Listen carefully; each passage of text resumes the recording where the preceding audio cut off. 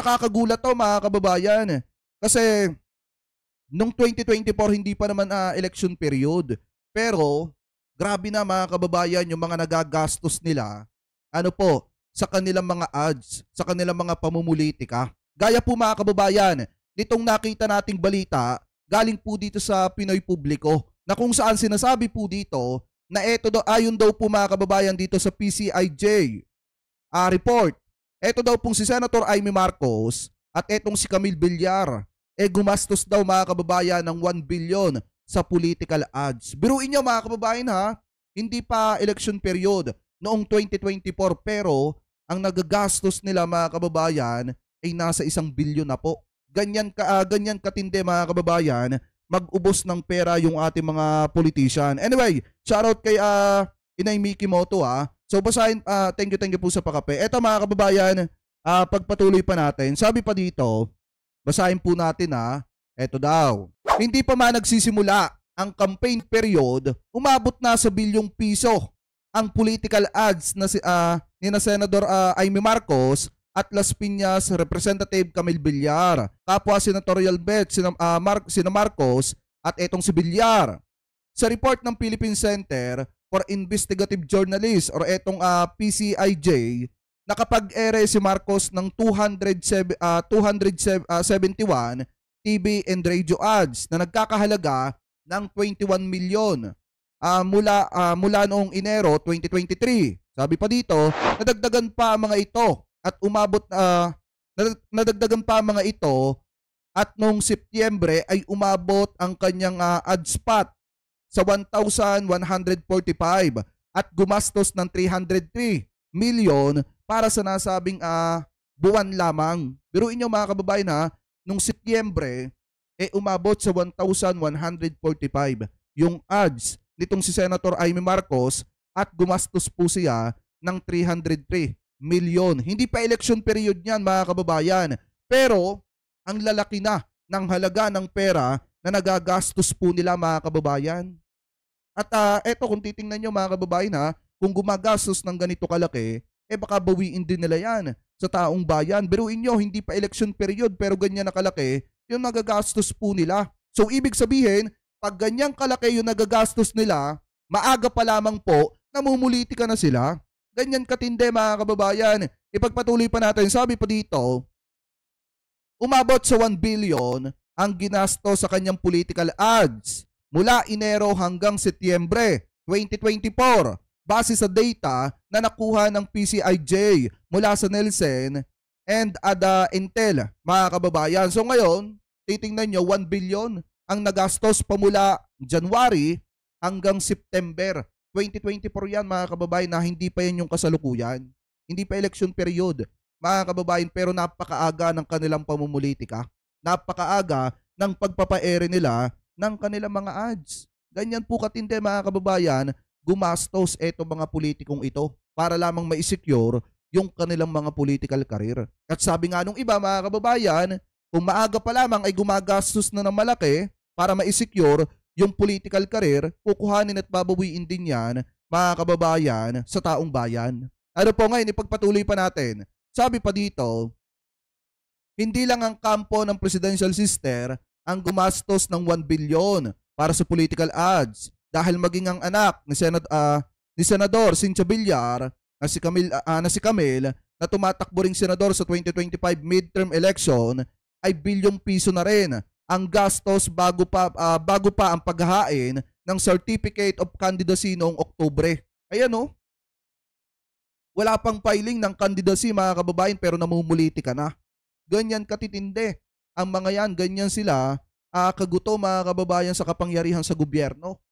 Tapos pagka nanalo na, yung nagastos nila ay babawiin din nila sa taong bayan. Diba? Ipagpatuloy pa natin. Sabi pa dito, base sa datos nitong Disyembre, si Villar ang naitalang top spender sa Facebook na nagbayad sa Meta ng 13 million para i-boost ang kanyang mga posts. Sabi pa dito, Marso nang paunti-unting naglalagay ng mga ads si Villar hanggang noong Agosto nang simula nito ang pagbuhos ng ads 2 buwan bago ang COC filing at umabot ito ng 598 milyon noong Setyembre at umabot naman ng 477 milyon ang kanyang political ads. Sabi pa dito, sa report pa ng PCIJ, ang mga ads ni na Marcos at Villar ay 50% ng kabuuan ng 4.1 billion. Ayun yung sabi dito, 4.1 billion political advertisement na inilatag bago ang COC filing. Biruin nyo, yung dalawang kandidatong ito gumastos ng 4.1 billion pesos bago pa lamang sila mag-file ng Certificate of Candidacy.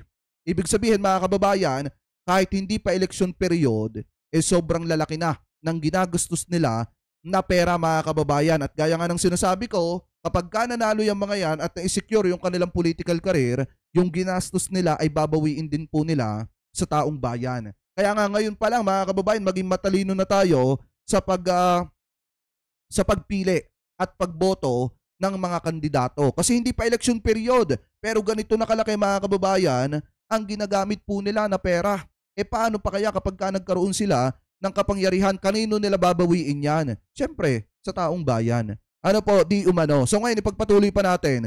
Sabi pa dito, sa mga huling survey ng ginawa ng Pulse Asia at Social Weather Station, SWS, nitong Disyembre, kapwa na sa hulihan ng Magic 12, sina Marcos at etong si Villar. Kaya nga kung titingnan nyo mga kababayan, kahit na gumagasto sila ng bilyon-bilyong halaga, hindi pa rin sila nakakapasok mga kababayan sa top 10 ng mga top senatorial candidate na pwede na suportahan at iboto ng taong bayan. Kaya nga hindi na rin katakataka mga kababayan kung minsan may mga lumalabas na balita na may mga taong gustong magpabagsak sa mga Soto kina Tito Sen na nagpapagawa pa ng pelikula para pabagsakin lamang ang political career mga kababayan ng mga Soto. Kung gumagastos nga ng bilyon-bilyon sa mga ads mga kababayan, di umano, doon pa kaya sa pagpapagawa ng pelikula mga kababayan, yun pa kaya ang hindi nila gastusan para lang masira yung mga katunggali at kalaban po nila sa politika. So kung makikita nyo mga kababayan, kahit hindi pa election period, ganito na po katindi ang paggasta at paggastos mga kababayan ng mga politiko na gustong ma-secure yung kanilang political career mga kababayan sa darating na eleksyon, na kahit wala pang COC filing, bilyon na po agad yung inuubos nila mga kababayan sa kanilang pamumulitika. So napakaaga naman ng pamumulitika nilang ito. 2024 pa lang, pero bilyon na po agad ang naitala na nagastos po nila. So ngayon, punta naman tayo mga kababayan dito po sa last topic natin, na kung saan, alam ko yung mga matatagal dito, kilala nyo kung kaninong boses yung isa dito. Eto mga kababayan kasi nag-post etong si Takeru Miyamoto.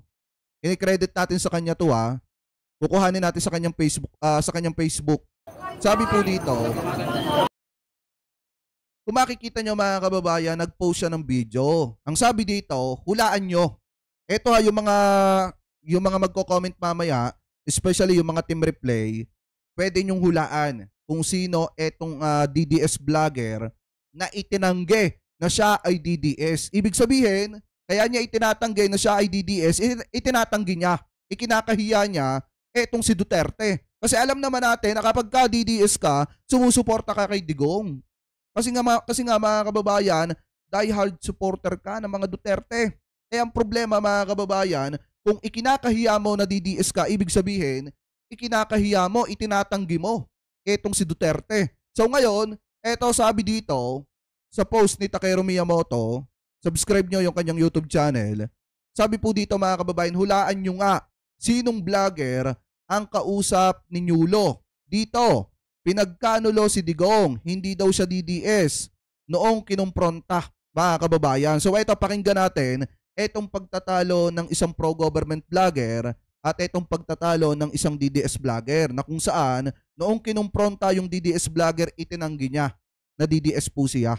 Ano po ibig sabihin? Itinatanggi niya na taga-suporta siya nitong si Duterte. So ito, i-play po natin. Hello po!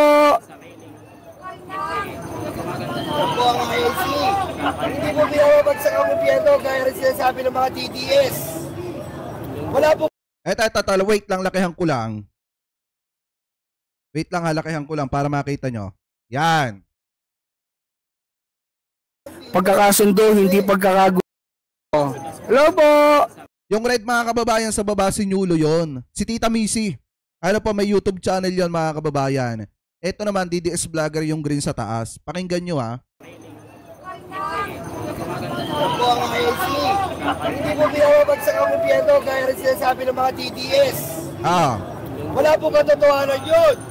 Ayan, basahin pa natin yung mga nandyan sa... Wala po katotohanan po ang mga sinasabi ng mga DDS. Sir, hindi po kami DDS. Nandito rin po kami para makiisa lang din po.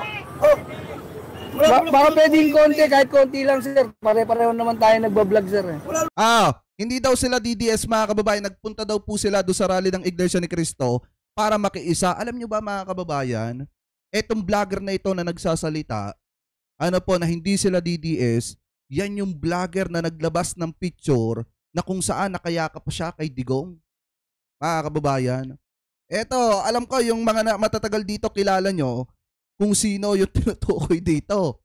Ano po, kasi eto, naglabas pa rin ng picture mga kababayan. Hindi ko na lang ipapakita yung picture kasi pagrespeto kasi naging kaibigan ko dati. Mga kababayan. Ano po, at wala naman ako naging problema sa kanila at wala naman sila naging problema sa akin. So kayo na lang ang bahalang humula kung sino yung vlogger dito na sinasabi na hindi daw po sila DDS. No? Sinasabi dito, wait lang ha. Ayan hindi po kami DDS. Nagpunta lamang daw po sila doon sa peace rally ng Iglesia ni Cristo para daw po makiisa. Ibig sabihin, kaya mo sinasabi na hindi ka DDS, ikinakahiya mo. Ikinakahiya mo na taga-suporta ka nitong si Digong. Pagka kinukumpronta kayo, sasabihin nyo hindi kayo DDS. Pero kapag ka nagbablog kayo, gumagawa kayo ng content na paninira sa gobyerno, ang lalakas ng loob ninyo na ipagsigawan na Duterte supporter vlogger kayo. Tapos kapag ka kinukumpronta kayo ng pro-government vlogger in personal, sasabihin nyo hindi kayo vlogger ni Digong, hindi kayo DDS. Ganyan ba katindi yung pagbalingbing ninyo sa sinusuportahan ninyo? Di ba ipagpatuloy pa natin? May DDS, nandito rin po kami para makiisa lang din po. oh. Baka pwedeng konti, kahit konti lang sir. Pare-pareho naman tayo nagbablog sir. Wala naman ako tinutukoy eh. Wala akong tinutukoy, pre. Wala nga po. Naapektuhan ka. Hindi kami naapektuhan sir. Konting hina lang kasi nagsasalita rin kami. Wala na problema, magsalita ka rin. Ayan magkaisa, huwag mang-isa. Pagkakasundo, hindi pagkakagulo. Wala, dito lang. Saan ka ba? Dito, sa akin sir eh. Oo. Kaya mo ako, nakita mo ba ako? Freedom of speech to eh. Magsalita ka rin ng ano. Okay sir, okay sir. Naapektuhan kayo. Hindi kami naapektuhan sir. Ayan problema ilutasin. Ito yung sinasabi ko mga kababayan Naglabas pa ng picture yan dati. Sobrang tindi ng pagkakayakap kay Tatay Digong. May magandang caption pa yun Nakakaiyak pa nga yung caption mga kababayan Habang nakayakap siya kay Duterte mga kababayan. Pero bakit ngayon itinatanggi mo na DDS supporter ka? Nakakalungkot naman. Ano po kasi mga kababayan, after niya maglabas ng picture na nakayakap siya kay Duterte, itinatanggi niya mga kababayan na na DDS supporter siya. Ganyan ba katindi? Sinusuportahan nyo lang si Digong ngayon kasi kailangan nyo. Pero mga kababayan, pagka wala ng pakinabang si Digong, iiwanan nyo rin pala. Eto, dito pa nga lang kinompronta ni Tita Missy mga kababayan, ni Tol Nyulo, eto mga DDS vlogger, itinatanggi nila na DDS vlogger sila, DDS supporter sila. Ibig sabihin, hindi solid mga kababayan yung pagsuporta at pananaw nila sa ipinaglalaban nila para idepensa etong mga Duterte. Ibig sabihin, kaya naandyan lang sila mga kababayan kasi dyan lang sila may views. Dyan lang sila nasusuportahan ng mga DDS supporter, yung mga DD-shit supporter mga kababayan. So yan yung isang patunay kung paano ipagkanulo, kung paano itanggi ng mga DDS vlogger etong si Digong kapag ka ang kaharap nila ay ibang tao. Kaya mga kababayan, mag-isip kayo ng maraming beses, especially dun sa mga DD-shit, kung susuportahan nyo pa yung mga ganitong klase ng vlogger na bumabaling-beng kapag ka nakatalikod etong si Digong. So comment below na lamang po mga kababayan kung ano po ang masasabi nyo, hingil po dito sa mga topic na tinalakay po natin.